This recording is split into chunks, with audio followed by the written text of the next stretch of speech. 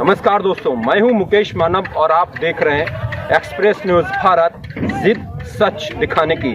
जैसा कि आप लोग देख रहे होंगे, इस वक्त मैं शाहजहांपुर शहीदों की धरती से सटा हुआ एक जगह रौजा का जो ग्राउंड है, जहां पर 18 तारीख को नरेंद्र मोदी की रैली होनी है। नरेंद्र मोदी यहां पर गंगा एक्सप्रेस वे का उद्घाटन करने आएंगे। तो इस वक्त मैं उसी ग्राउंड पे खड़ा हूं, उसी हेलीपैड पे खड़ा हूं, जहां पर माननीय नरेंद्र मोदी जी का जो हेलीकॉप्टर है 18 तारीख को लैंड करेगा।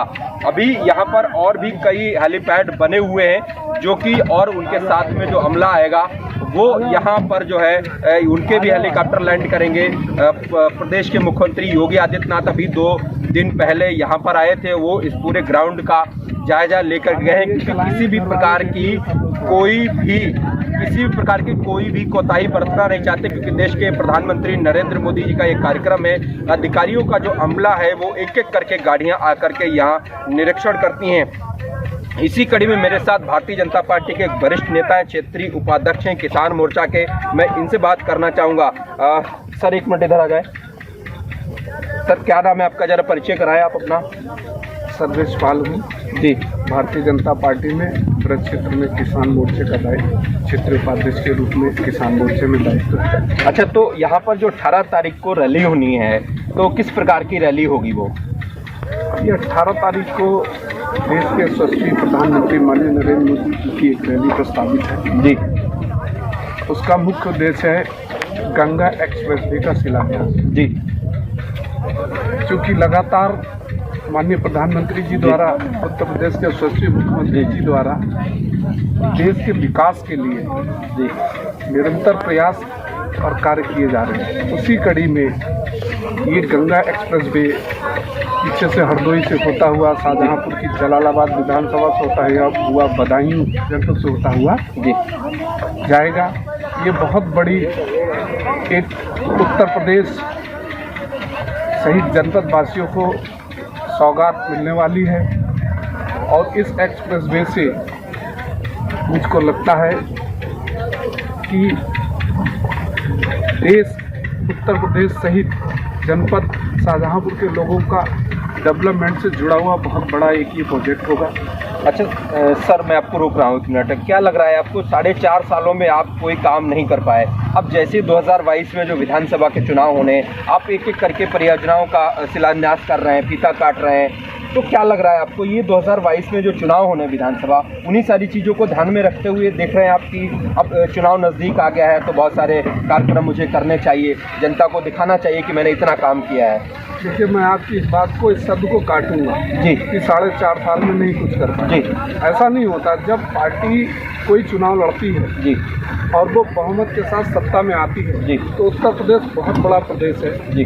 बहुत चीज़ें सिस्टम में दूसरी सरकारें होती हैं, उन सरकारों के द्वारा अपने हिसाब से काम किए जाते हैं। वो सरकारें सिस्टम को अपने हिसाब से डेवलप करती हैं। तो बड़े और प्रदेश होने के कारण बहुत चीज़ें सुधारनी होती हैं। सुधारने के बाद पार्टी और सरकार जब चलती है तो विकास योजनाओं की तरफ ध्यान देती है। तो उत्तर प्रदेश जैसे सूबे में काफ़ी समय तो सरकार को सिस्टम को सही करने लगा और लगातार जिस दिन से माननीय मुख्यमंत्री जी गद्दी पर बैठे सिस्टम को संभालने का प्रयास किया है और बहुत हद तक सिस्टम को संभाला है। जैसे पुरानी सरकारों ने जो आवश्यकता गुंडागर्दी जैसे भू माफिया दुनिया भर के चीज़ों को ठीक करना, कंट्रोल करना, उसके बाद विकास योजनाओं को अंजाम देना, तो मुझे लगता है कि देर नहीं हुई। क्योंकि जब किसी बड़े प्रोजेक्ट को सौगात देनी होती जनता से तो भूमि अधिग्रहण ये इतनी आसान चीज़ नहीं होती जी। भूमि अधिग्रहण होना, भूमि अधिग्रहण के बाद इसका शिलान्यास, तो ये बहुत बड़ा प्रोजेक्ट है। जनता के हितों को ध्यान में रखते हुए बहुत बड़ी सौगात है जो 18 तारीख को। अच्छा, जैसे कि मैं आपको बता दूं कि यहाँ 2019 में मोदी जी की किसान कल्याण रैली के नाम से एक रैली हुई थी, जिसको मैंने यहाँ से कवरेज किया था। और फिर आज मैं उसी ग्राउंड पे खड़ा हूँ जहाँ मोदी जी आने वाले हैं। मोदी जी ने जो पहले रैली की थी, उन्होंने वादे किए थे कि किसानों की आय दोगुनी होगी, किसानों का कल्याण होने वाला है यहाँ से। लेकिन किसानों का कल्याण नहीं हुआ। बहुत सारे किसान इतने दिनों से जो है धरना प्रदर्शन कर रहे हैं, बहुत सारे दिनों से आंदोलन चल रहा है, उसमें बहुत सारे किसान लोग की शहादत भी हो गई है। तो क्या कहेंगे आप? देखिए, किसानों की जो बात आपने की जी किसानों के हितों को ध्यान में रखते हुए देश के यशस्वी प्रधानमंत्री जी बिल लाए जी लेकिन कुछ लोग ऐसे हैं जो वास्तव में किसान हितैषी नहीं। जी उन लोगों ने सरकार के खिलाफ सरकार को बदनाम करने के लिए एक प्रोपोगंडा किया। जी माननीय प्रधानमंत्री जी ने कहा कि जो हम कानून लाए वो कानून हम देश के किसानों की सुख समृद्धि और तरक्की के लिए लाए जी लेकिन कुछ लोगों ने बरगलाया, हमारे किसान सही से उस चीज़ को समझ नहीं। तो देश हित में, राष्ट्र हित में जो कानून को वापस लें। तो जैसे कि आप किसान मोर्चा के नेता हैं, क्या लग रहा है 2022 में किसान योगी आदित्यनाथ के साथ होगा? किसान योगी आदित्यनाथ जी के साथ उनका था और है और रहेगा। वो कुछ बताया ना कि कुछ किसानों को बरगलाया गया। उत्तर प्रदेश का पूरा आपने देखा कि किसान भारतीय जनता पार्टी के साथ, हम लोग किसान चौपाले की हम लोग हमारी बड़ी बड़ी किसान चौपाले, उसके बाद हम लोगों ने किसान ट्रैक्टर रैली का आयोजन किया, बड़ी बड़ी किसान ट्रैक्टर रैली। आखिर ये किसान ही तो है जो हमारे चौपाल में बड़े भव्य रूप में आ रहे हैं। आखिर वो किसान लोग हैं जो ट्रैक्टर रैली का आयोजन हो रहा है उसमें आ रहे हैं। और इसके बाद केवल पश्चिम में थोड़ा सा किसानों को बरगलाया गया और किसानों को लगता था कि ये हमारे सरकार हितों का ध्यान नहीं रख रही। सरकार ने उनकी इच्छा के अनुरूप कानून वापस लिए और किसानों को अपने घरों जाने के लिए आग्रह किया। किसान अपने घरों को गए। आज किसान पूरी तरह से सरकार से, उत्तर प्रदेश की सरकार और भारत सरकार के और 2022 में ये किसान जो अन्नदाता है बहुत बढ़ चढ़ के भारतीय जनता पार्टी को वोट करने वाला है।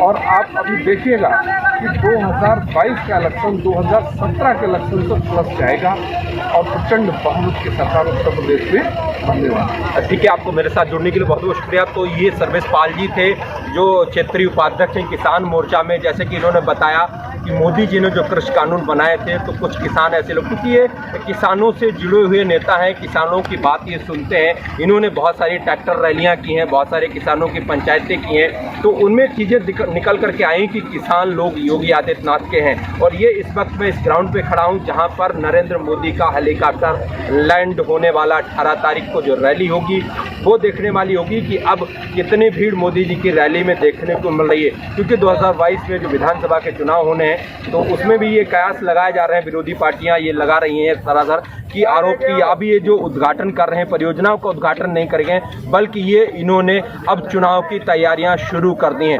कैमरामैन भानु प्रताप के साथ मुकेश मानव, एक्सप्रेस न्यूज़ भारत, जिद सच दिखाने की। नमस्कार दोस्तों, मैं हूं मुकेश मानव और आप देख रहे हैं एक्सप्रेस न्यूज़ भारत, जिद सच दिखाने की। जैसा कि आप लोग देख रहे होंगे कि इस वक्त मैं शाहजहांपुर शहीदों की धरती पे खड़ा हूं और यहाँ पर रौजा एक जगह है, रौजा का ये ग्राउंड है जहाँ पर 18 तारीख को देश के प्रधानमंत्री नरेंद्र मोदी का कार्यक्रम होना तय हुआ है। 18 तारीख को एक कार्यक्रम होगा, यहाँ पर गंगा एक्सप्रेसवे का उद्घाटन करने के लिए वो आने वाले हैं। इससे 2 दिन पहले अभी योगी आदित्यनाथ का यहाँ पे दौरा हुआ था। योगी आदित्यनाथ इस पूरे ग्राउंड का जायजा लेकर के गए हैं।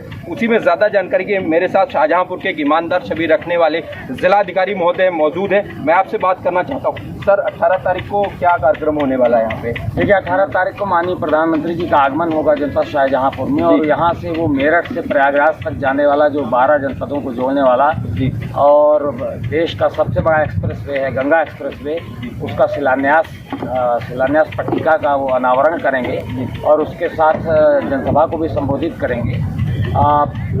ये लगभग मध्य में है गंगा एक्सप्रेसवे के साथ जनपद शाहजहांपुर और यहाँ पर अभी माननीय मुख्यमंत्री जी द्वारा मैदान का निरीक्षण करके इसकी तैयारियों का जायजा लिया जा चुका है और आवश्यक निर्देश उनके द्वारा दिए गए हैं। उन निर्देशों के क्रम में और सुरक्षा के सभी मानकों को ध्यान में रखकर माननीय प्रधानमंत्री जी के आगमन के उपलक्ष्य पर जो भी यहाँ मैदान की तैयारियाँ की जा रही हैं की जा रही हैं और समय रहते हम इसको तैयार कर लेंगे ताकि ये हमारे लिए गर्व का समय है कि माननीय प्रधानमंत्री जी द्वारा चुना गया है कार्यक्रम के लिए, तो यहाँ पर हम इस कार्यक्रम को संपादित। तो जैसा कि मैं देख रहा था यहाँ पर 3 हेलीपैड बने हैं, तो अभी कौन कौन आने की संभावना है 18 तारीख में? देखिए, ये अभी नहीं कहा जा सकता कि कौन आएंगे, लेकिन माननीय प्रधानमंत्री जी के जो हेलीपैड है उसके अतिरिक्त हमको माननीय मुख्यमंत्री जी के लिए और अन्य डिग्निटरीज के लिए हेलीपैड की व्यवस्था करनी होती है। उसके लिए स्थल चयनित कर लिए गए हैं और जहाँ जितना आवश्यक है उतना सुरक्षा मानकों को लेकर उनका निर्माण कराया जाएगा। तो अभी क्या 3 बनेंगे कि 2 और बनने वाले हैं? जैसी जानकारी मिली कि 5 हेलीपैड यहाँ बनने वाले हैं। नहीं, अभी तो 4 हेलीपैड तैयार हैं और 105वें हेलीपैड के लिए ये देखा गया है कि अगर आवश्यकता होगी तो हमारे पास स्थान रहे ताकि हम वहाँ पर। जैसे कि 11 तारीख सर आज हो गई है, 1 हफ्ते का समय बचा है, लग रहा है कि इतना बड़ा कार्यक्रम है, आप इसकी तैयारी कर पाएंगे इन 7 दिनों में? बिल्कुल कर लेंगे। हमारा ये पूरा मैदान क्लीन हो चुका है और इसमें केवल हमको हैंगर खड़े करने हैं टाइमली। अच्छा, शिलान्यास के साथ क्या लग रहा है? कोई चुनाव भी, कोई रैली ऐसी होने वाली है क्या? नहीं, अभी चुनाव की घोषणा नहीं है। चलिए ठीक है सर, थैंक यू। ये मेरे साथ जिलाधिकारी महोदय थे, इन्होंने जानकारी दी मुझे कि 18 तारीख को कार्यक्रम यहाँ होना तय है। मैं कैमरामैन से चाहूँगा कि पीछे दिखाएं कि देखो ये बहुत सारा पूरा अमला फोर्स का तैनात है मेरे साथ। 3 हेलीपैड अभी जैसे मैंने आपको दिखाया था कि बनकर तैयार हो चुके हैं। बाकी 18 तारीख में कौन कौन आएंगे? नरेंद्र मोदी जी का ये कार्यक्रम है, बहुत बड़ा कार्यक्रम होने जा रहा है शाहजहांपुर में, शहीदों की धरती के नाम से जो शाहजहांपुर जाना जाता है। तो ये बहुत बड़ी रैली तो मैं नहीं कहूँगा, कार्यक्रम बहुत बड़ा होगा क्योंकि गंगा एक्सप्रेस पे बहुत बड़ा उनका जो परियोजना है कि परियोजनाओं के साथ साथ अभी जैसे कि 2022 में जो चुनाव होने हैं अभी उनकी घोषणा नहीं हुई है, लेकिन ये जनता के लिए बहुत हितकारी बात होगी क्योंकि इतना एक्सप्रेस वे बड़ा जो होगा उसका देश के प्रधानमंत्री नरेंद्र मोदी खुद उसका उद्घाटन करने शहीदों की धरती शाहजहांपुर आ रहे हैं। कैमरामैन भानु प्रताप के साथ Mukesh Manav, express news Bharat, Shahjahanpur. Branded type का